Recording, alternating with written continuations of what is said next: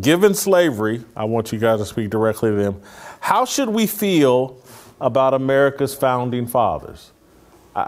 There's this belief now that they committed sins so despicable that anything that they did is tainted, including the Declaration of Independence, the Constitution, the Bill of Rights. It's all tainted because of their sin.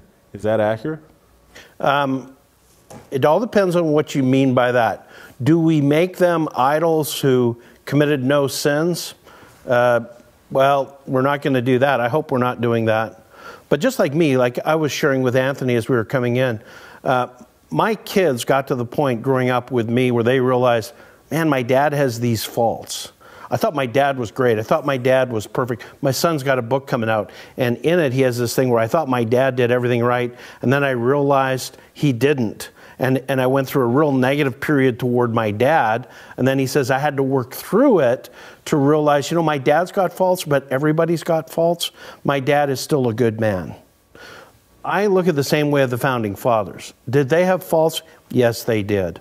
But did they still do good things? Yes, they did in the midst of that. And let's be honest, if we're talking about what the Bible says, like the Bible is full of people with faults that God used. Like Abraham. Abraham is the forefather of the faith for Jews and Christians, and Abraham had sex with his slave Hagar and had Ishmael through her. Now, does that mean he did right? No, it was not a good thing, but did God still use him? And you could go through the list of all these people in the Bible, and they're just like you and me, Jason. We've got our faults, but does that mean that our faults totally destroy the good that God still does through us? And I would say, no, they're still good through us, just like our forefathers. They did a lot of good, and we just need to acknowledge they were men of their time with the flaws and faults of their time, just like we have the same tendency. I think part of what comes from that question is that we have lifted our forefathers to almost idol status in some instances, that they could do no wrong, they did no wrong. We minimize their faults as if it just really didn't exist. As he brings up Abraham, I think about David. David was a great man of God. I mean, to the church in Israel, they would look back to old King David. But David, he slept with a married woman, had her husband killed, they had a love child. It was a whole messy thing. But because he had gotten so distant from his sin that even when a good friend of his came and told him a parable that was just like his sin, David raised up and said, man, that man ought to be killed. He had become so distant that he didn't realize, wait, that was me.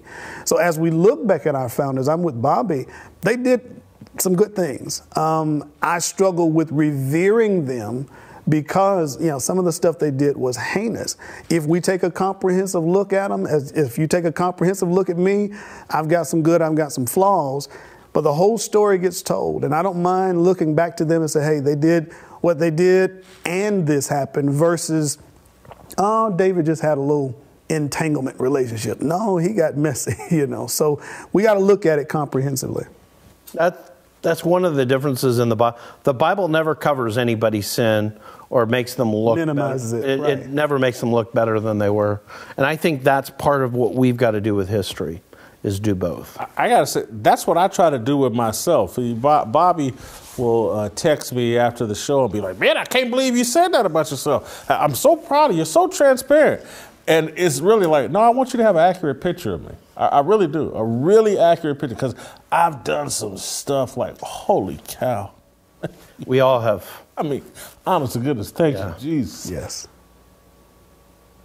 But overall, I want to be remembered for the good stuff that I did, and there's plenty of it. And